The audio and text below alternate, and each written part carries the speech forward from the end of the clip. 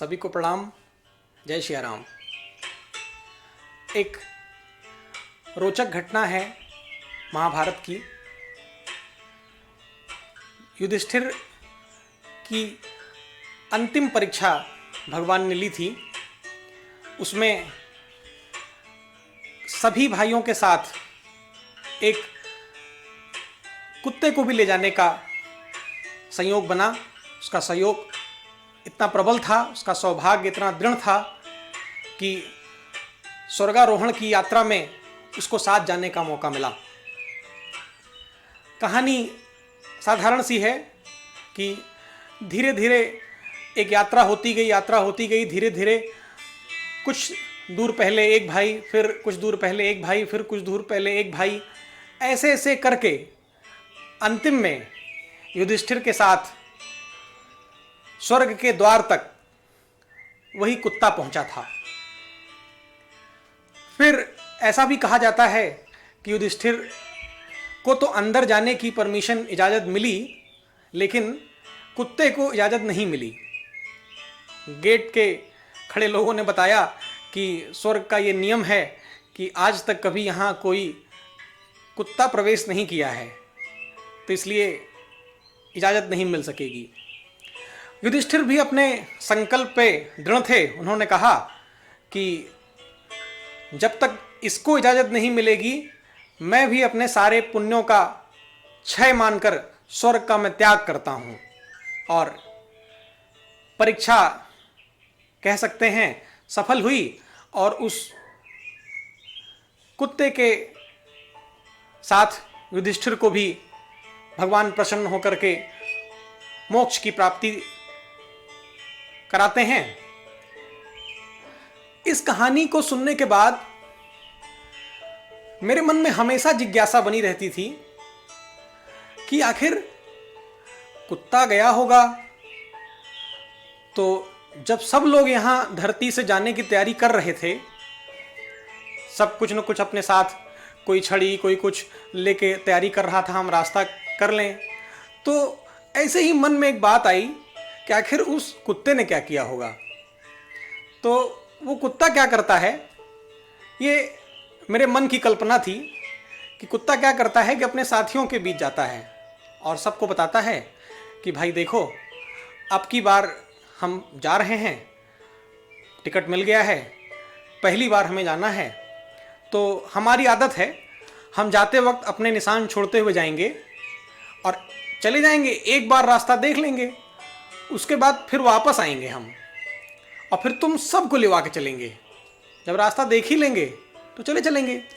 आप सामाजिक जीवन में भी देखते हैं कि कुत्तों को रास्ता स्मरण करने की ईश्वर ने एक शक्ति दी हुई है।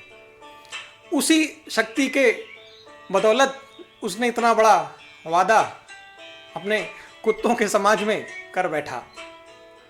अब बेचारा, उसको क्या पता था कि ये जो यात्रा हो रही है, यात्रा उसके पुण्यों के कारण तो कम, युधिष्ठिर की कृपा के कारण ज्यादा हो रही है।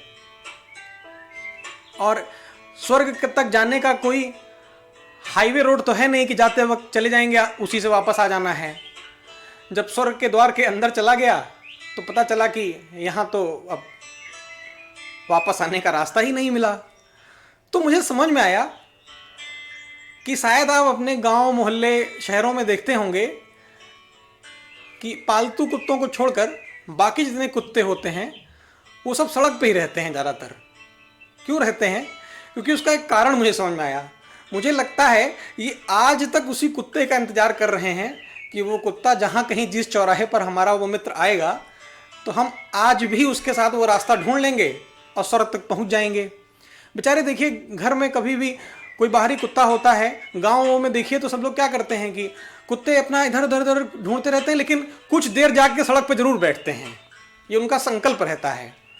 पता नहीं क्यों नहीं सड़क पाते हैं तो रास्ते में बैठेंगे, कभी कोने में जाके कहीं नहीं बैठेंगे जहाँ उनको कोई न देखे, जहाँ आने जाने वाले लोगों को कोई बाधा ना हो, ऐसी जगह नहीं बैठते, वो सड़क पे ही बैठते हैं।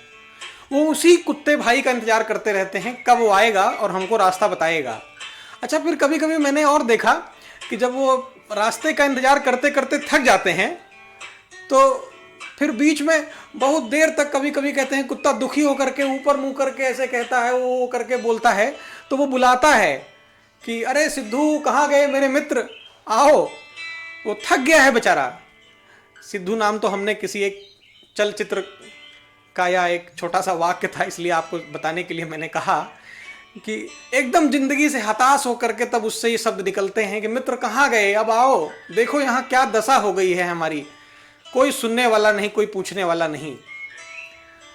तो इस कहानी से सब ने ये सिखाया हम सबको कि ईमानदारी, वफादारी सबसे बड़ा गुण है, और उसी ईमानदारी और वफादारी के दम पर एक कुत्ता भी स्वर्ग गया। भगवान ने परीक्षा ली, युधिष्ठिर को स्वर्ग मिला, लेकिन स्वर्ग से ऊपर की भी कई श्रेणियां हैं, वो नहीं मिली। जरा इस पर विचार करिए। किसी ने नहीं समझाया कि इस कहानी के माध्यम से स्वयं धर्मराज एक सीख देना चाहते थे कि कभी किसी आरक्षित सीट का दुरुपयोग नहीं करना चाहिए जीवन में।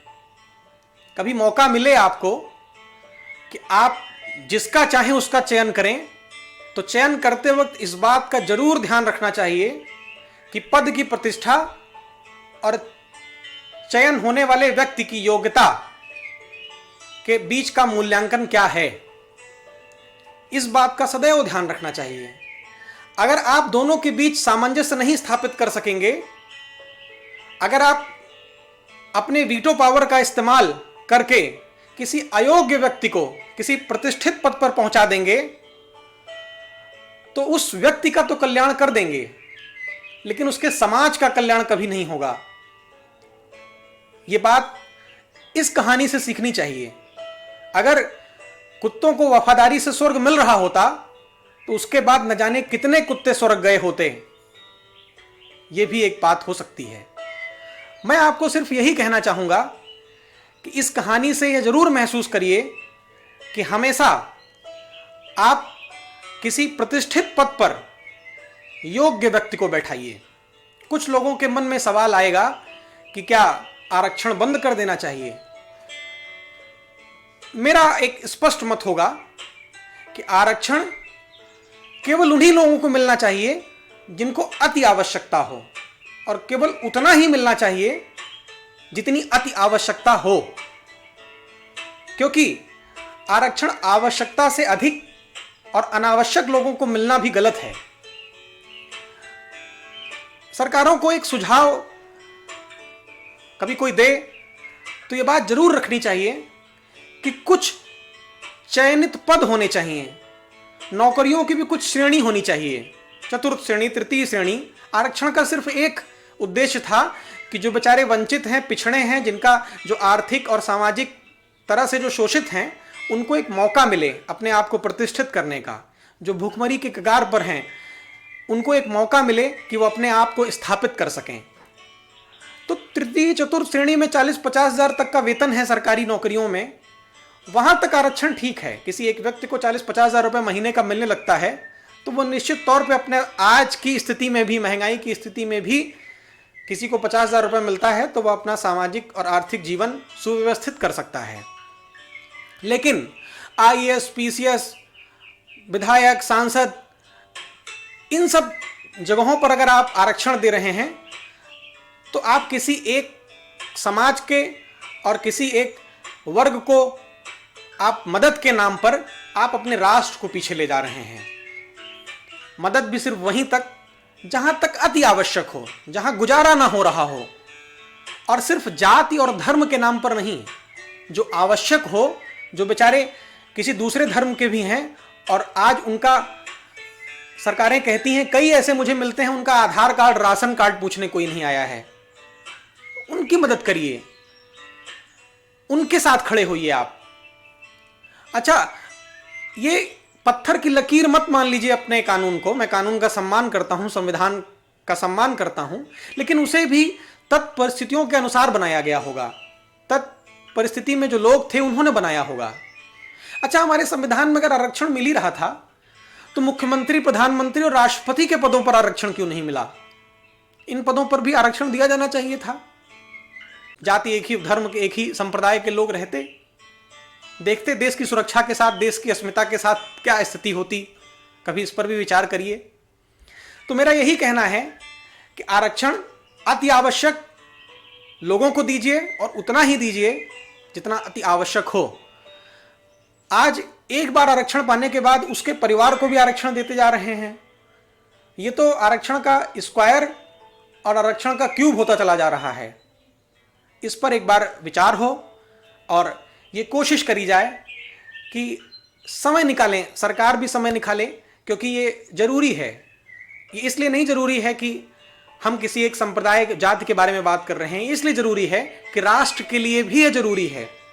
राष्ट्र पर जब उच्च स्थानों पर या प्रतिष्ठित पदों पर जब श्रेष्ठ लोग बैठेंगे तभी श्रेष्ठ राष्ट्र का निर्माण होगा। ये आवश्यक है। कुछ काम बाद में भी करके पहले इस पर काम किया जाए, लेकिन इसको बोलने की हिम्मत ज़्यादा लोग नहीं कर पाते, क्योंकि इसको बोलने पे मैं भी जानता हूँ, लोग मेरे लिए भी कमेंट आते हैं, मुझे लोग फेसबुक और ट्विटर पर और इन सब पे कमेंट करते रहते हैं कि आज जो मैं बोल रहा हूँ मुझे पता है इसकी बहुत, ऐसा नहीं है कि मैं किसी धर्म और किसी संप्रदाय का हूँ इसलिए बोल रहा हूँ, मैं राष्ट्र हित के लिए ऐसा बोल रहा हूँ कि आवश्यक है। और कोई मुझे लोगों के बीच पहुँच की कोई ऐसी आवश्यकता नहीं है जिसके लिए मैं ऐसा बोल रहा हूँ, क्योंकि मुझे पता है कि अगर जो बात मैं बोल रहा हूँ अगर उसके मेजॉरिटी समर्थक होते, अगर इस बात को जन जन तक पहुँचाने के लिए जन जन तक शेयर करने वाले लोग आज बैठे होते तो आज यह राष्ट्र का सबसे पहला मुद्दा बना होता। मुझे पता है 200-400-500 तक ये बात पहुँचेगी, लेकिन जहाँ तक पहुँचे एक कड़ी से कड़ी जोड़िए और कोशिश करिए कि मैं नहीं कहता हूँ कि जो मैं कह रहा हूँगा, जो मैंने रास्ते बताए होंगे वही सही होंगे, लेकिन ये जो आरक्षण का स्क्वायर और फिर स्क्वायर का फिर क्यूब होता जा रहा है, इस पर विराम लगे। बाकी तो राष्ट्र 70 सालों से चल रहा है। अगर आरक्षण के दम पर 70 सालों में भूखमरी और ये सब चीज़ें मिट गई होती तो आज कितने सालों बाद हम इस स्थिति में न पहुंचे होते। जिन लोगों ने आरक्षण लगाया, एक बार सरकार के लोग इस पर समय निकालकर जरा जनता को ये भी बताएं कि कितने सालों के लिए आरक्षण कहा गया था। इन मुद्दों पर कोई बात ही नहीं करता है, तो थोड़ा आवश्यक है कि इन चीज़ों पर भी थोड़ी बात हो। बाकी तो हम सब हरी चर्चा कर ही रहे हैं और कोशिश यही है कि जन जन तक राष्ट्र की समृद्धि के लिए, राष्ट्र के विकास के लिए जो बात सही हो वह पहुंचाई जाए। यही राम राज्य होगा, यही राम कथा की सार्थकता होगी, यही राम राज्य की स्थापना होगी। इन्हीं सब बातों के साथ आप सब स्वस्थ रहें, प्रसन्न रहें। जय श्री राम।